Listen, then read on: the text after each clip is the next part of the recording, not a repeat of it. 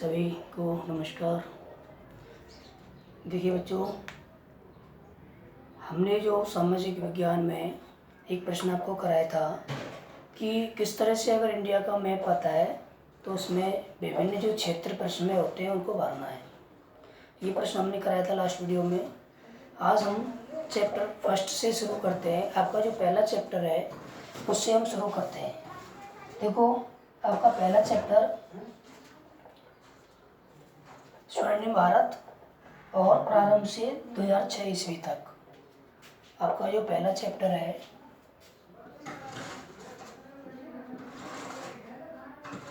ठीक है, उसमें स्वर्णिम भारत प्रारंभ से 2006 ईस्वी तक, ये आपके पहले चैप्टर का नाम है। अब इस पहले चैप्टर में सबसे पहले दे रखा है महाजनपद काल। क्या दे रखा है? महाजनपद काल। महाजनपद काल 600 से 325 ईस्वी तक। महाजनपद काल ईस्वी पूर्व तक, ये इसका काल है। ध्यान देना। तो महाजनपद काल को पहले समझने से पहले थोड़ा सा हम समझ लेते हैं कि ये जो तारीख है ये किस तरह से होती है। देखो, आपको मैं बता दूं कि मान लीजिए ईसा मसीह यहाँ पर है, ईसा मसीह का जन्म हुआ, ठीक है। उस टाइम को हम 0 मान लें। अब ईसा मसीह के जन्म से पहले हम चलेंगे। एक तो पूर्व में, पूर्व का मतलब पहले, ठीक है। यहाँ तो 0 है, यहाँ उनका जन्म हुआ, और एक उसके आगे। तो ईसा मसीह के जन्म से पहले पूर्व में जो समय आया उसको बोलते हैं हम ईसवी पूर्व, बिफोर क्राइस्ट, ठीक है। ईश्वर क्या बोलेंगे उसको? ईसवी पूर्व। पहले जो समय आएगा उसको क्या बोलेंगे हम? ईसवी पूर्व। और जो पीछे समय आएगा आगे उसको बोलेंगे हम ईसवी, यानी कि एडी, ठीक है। तो इस तरह से ये अगर आगे की तरफ चलेंगे तो ईसवी कहलाएगा, और पीछे की तरफ चलेंगे तो ईसवी पूर्व कहलाएगा। अब यहाँ देखो, हमने 9th क्लास में पढ़ा सिंधु घाटी सभ्यता। क्या पढ़ा? सिंधु घाटी सभ्यता। सिंधु घाटी सभ्यता को हमने 9th क्लास में पढ़ा। इसका टाइम 2300 से 1750 ईस्वी पूर्व माना जाता है। ईसा मसीह से के जन्म से 2300, यानी कि 2300 वर्ष पहले, 2300 से 1750 के बीच में सिंधु घाटी सभ्यता का काल माना जाता है। ये आपके सिलेबस में नहीं है। दूसरा, उसके बाद आई थी दूसरी वैदिक सभ्यता। कौन सी? वैदिक सभ्यता। ये भी 9th क्लास में थी। इस वैदिक सभ्यता को 2 भागों में बांटा गया था। एक तो देखो, इसका यदि हम काल माने तो ये 1500 से और 600 ईस्वी पूर्व तक थी वैदिक सभ्यता, ठीक है। और इसको 2 भागों में बांटा गया। एक तो बांटा गया ऋग्वैदिक काल, ऋग्वैदिक काल, और एक बांटा गया उत्तर वैदिक काल, ठीक है। ऋग्वैदिक काल का जो टाइम था वो 1500 से 1000 ईस्वी पूर्व था, और इसका 1000 से 600 ईस्वी पूर्व था। ध्यान देना, ये हमारे सिलेबस में नहीं है, ये पहले 9th क्लास में थे। अब देखो, 600 से 325 यहाँ पर आता है महाजनपद काल। कहाँ आता है? यहाँ महाजनपद काल आता है, ठीक है। इसका टाइम ये आपको आपकी बुक में दे रखा है, ईस्वी पूर्व, मतलब ईसा मसीह के जन्म से 600 से 325 के बीच में। अब देखो, हम एक चीज़ समझना कि जब हम ईसा मसीह के जन्म से पहले हम समय लेते हैं तो वो पीछे की तरफ घटते हुए क्रम में चलता है। जैसे 600 इस तरह से ये पीछे की तरफ चलेगा कि नहीं चलेगा, और आगे की तरफ चलेंगे तो ये बढ़ता हुआ चलेगा।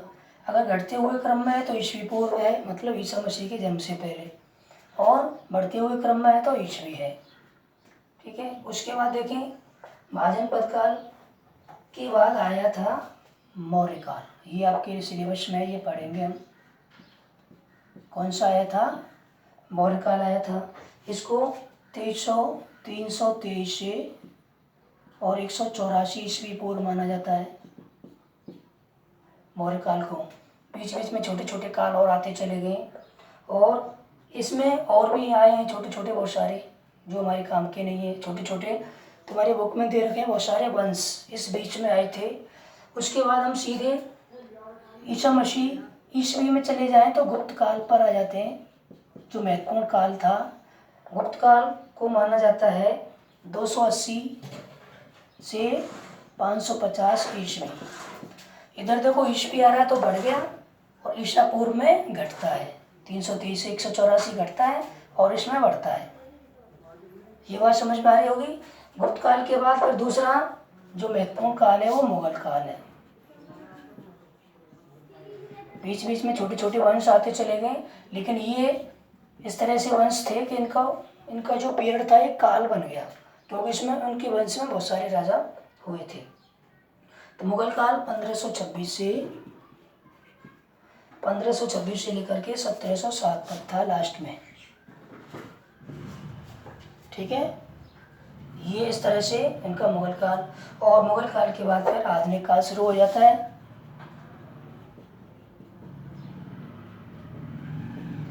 यहाँ पर 2020 चल रहा है, तो ये 1707 से लेकर के आगे तक, वैसे तो 1947 तक माना जाता है, पर ये यानी कि आधुनिक काल का जो हम इतिहास पढ़ते हैं वो 1947 तक पढ़ते हैं, लेकिन ये समय अभी जो चल रहा है वो सब आधुनिक काल में ही है।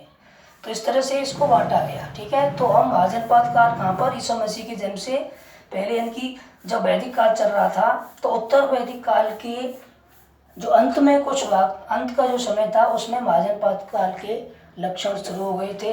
इसकी प्रक्रिया उत्तर वैदिक काल के लास्ट में शुरू हो गई थी। ठीक है। तब जाके महाजनपद काल शुरू हुआ। तो ये थोड़ा सा आपको समझना है। क्या समझा? देखो, ईसा मसीह का जन्म हुआ उससे पहले 2300 से 2700 ईस्वी पूर्व सिंधु घाटी सभ्यता का काल था। फिर वैदिक काल आया। ठीक है। फिर महाजनपद काल, फिर मौर्य काल। बीच में छोटे छोटे वंश आते गए।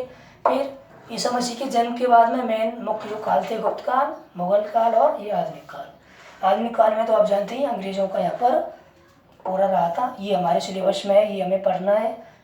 ठीक है। और मौर्य काल भी है, छोटे छोटे काल बीच में और पढ़ेंगे हम। तो इस तरह से ये विवरण हमें देखना है। अब देखिए, यहाँ महाजनपद काल की मुख्य बात ये थी कि इसमें छोटे छोटे यानी कि बहुत सारे महाजनपद बने। तो यहाँ पर एक प्रश्न आपसे पूछा जा सकता है कि इसकी जानकारी हमें कहाँ से मिलती है कि इसमें महाजनपद काल थे। तो यहाँ पर आप एक लिख सकते हैं कि बौद्ध ग्रंथ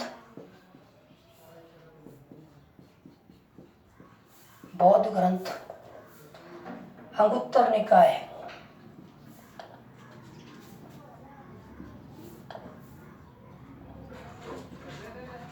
बौद्ध ग्रंथ अंगुत्तर निकाय। ठीक है। और जैन ग्रंथ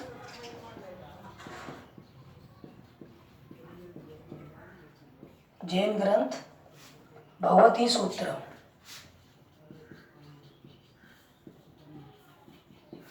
ये तो अंगुत्तर निकाय बौद्ध ग्रंथ है और भगवती सूत्र जैन ग्रंथ है। इन दोनों के द्वारा हमें पता लगा महाजनपदों का।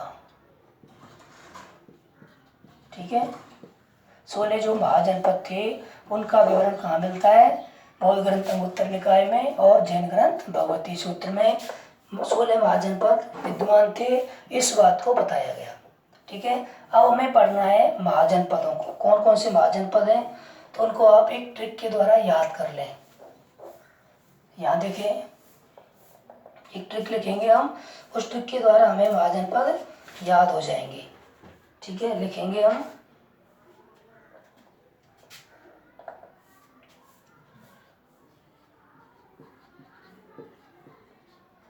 शूरसेन गांधार।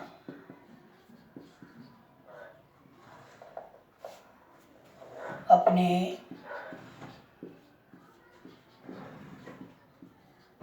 5 मामा के बच्चे,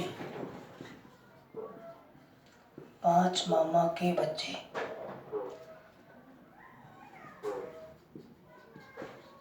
अवकाश को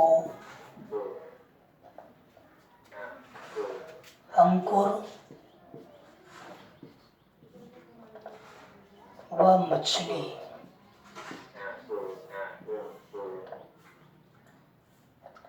अश्व पर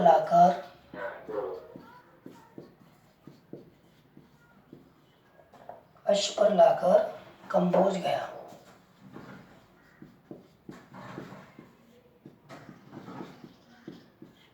देखो ये आप याद कर लोगे तो इससे आपके 16 याद हो जाएंगे महाजनपद। किस तरह से है आप समझ लें। पहला शूरसेन दे रखा है इसमें, ठीक है। दूसरा गांधार, ठीक है। तीसरा क्या हो गया, पांचाल। तीसरा कौन सा था, पांचाल, ठीक है। यहाँ 2 माँ है तो 2 माँ से अलग अलग शब्द बनेंगे। एक पहले माँ से बनेगा मगध, ठीक है, और दूसरी माँ से बनेगा मल। 2 माँ के हो गए। उसके बाद आप आ जाओ, दोनों हो गए। अब देखो बा, छठमा, बा से बन गया क्या, वत्स। क्या बन गया, बा से वत्स बन गया, ठीक है, वा से वत्स। सातवा चे से बन गया चेदी, ठीक है।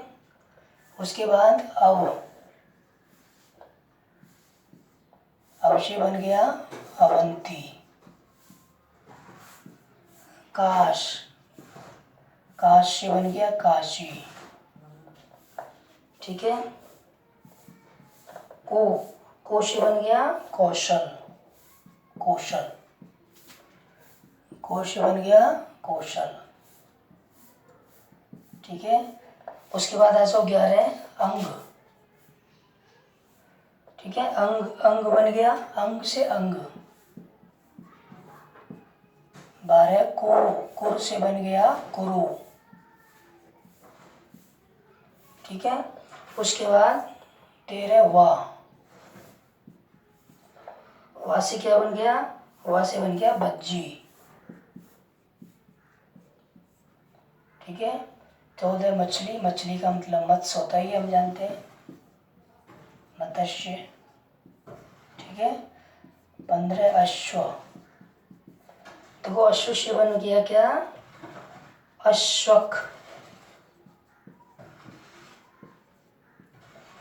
और 16 से कंबोज बन गया।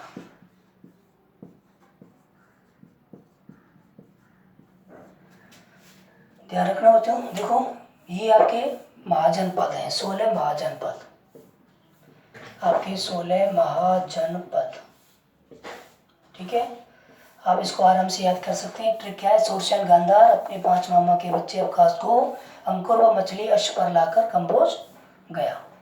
तो इस तरह से आप इसको याद करके आप पूरे 16 जो है महाजनपद याद कर सकते हो, ठीक है। उसके बाद देखें, ये आप लिख रहे हो तो लिख लें फटाफट। एक एक का यहाँ नाम डाला है, देखो नंबर इस तरह से डाल लेना ताकि आपको पता रहे कि कौन सा अक्षर हमने काम में लिया, कौन सा नहीं लिया। देखो यहाँ ये भाषा को बनाने के लिए काम में लिया गया, ये लिया गया, और ये भाषा के लिए लिया गया, और ये लिया गया। बाकी यहाँ ज़्यादातर जो शब्द हैं वो काम आ रहे हैं, और एक शब्द में 2 भी काम आ रहे हैं, ठीक है। इस तरह से बन गया। उसके बाद देखें, ये तो रहे 16 महाजनपद। अब हम देखेंगे राजस्थान के जनपद। अब हम क्या देखेंगे? राजस्थान के जनपद। राजस्थान में कौन कौन से जनपद हैं? राजस्थान के, ये साल के लिए इम्पोर्टेंट है, आप ध्यान रखना। राजस्थान के प्रमुख जनपद। देखो इसको कैसे याद करेंगे हम, उसके लिए आप लिख लें सेबी ने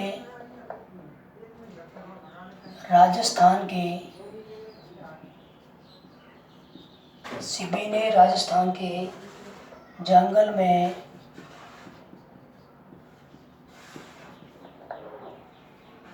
मत्स्य पर शोध चलाया। मत्स्य पर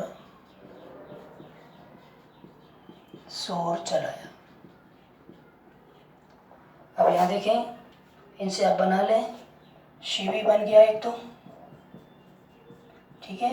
राजस्थान के जनपद है ये, इससे हमें ये पता लग गया। अगला हो गया जंगल, अगला हो गया मत्स्य, ठीक है, और एक हो गया शूरसेन। ये 4 राजस्थान के क्या हैं? जनपद हैं। अब इनके बारे में थोड़ा सा आप जान लें। देखो जो शिवी जनपद है, शिवी हमें पता है कि ये शिवपुर में था, शिवपुर, और जो कि अब वर्तमान में जो शिवपुर है वो शोरकोट पाकिस्तान में है, ठीक है, शोरकोट पाकिस्तान में है। जंगल की यदि हम बात करें तो जंगल आज का बीकानेर और जोधपुर क्षेत्र है, ठीक है। इसकी राजधानी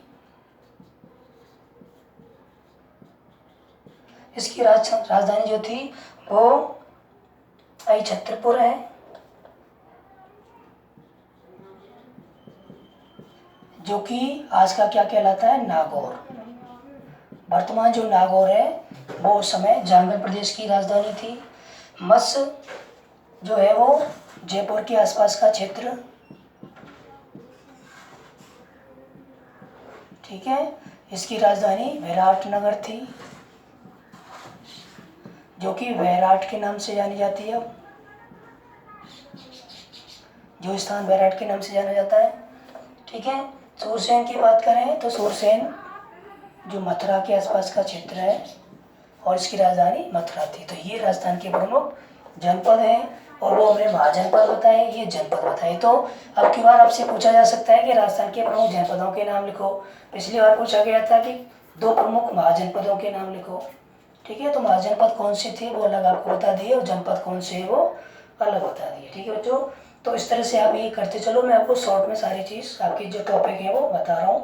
नेक्स्ट आगे बढ़ते रहेंगे हम, ज़्यादा से ज़्यादा बच्चों तक पहुँचाएँ। देखो ये जो है, ये अभी जो बच्चे एग्ज़ाम देने वाले हैं जून के महीने में होगा जो लास्ट में, उसके लिए उनके लिए भी महत्वपूर्ण है, उनके लिए भी है, ठीक है। प्लस जो आगे 9th से अब 10th में आए हैं उनके लिए भी विशेष रूप से महत्वपूर्ण है, ठीक है बच्चों। तो ये वीडियो ज़्यादा से ज़्यादा बच्चों तक शेयर करें ताकि सभी को इसका लाभ मिले। कोई समस्या हो, प्रश्न कमेंट में आप पूछें। Thank you.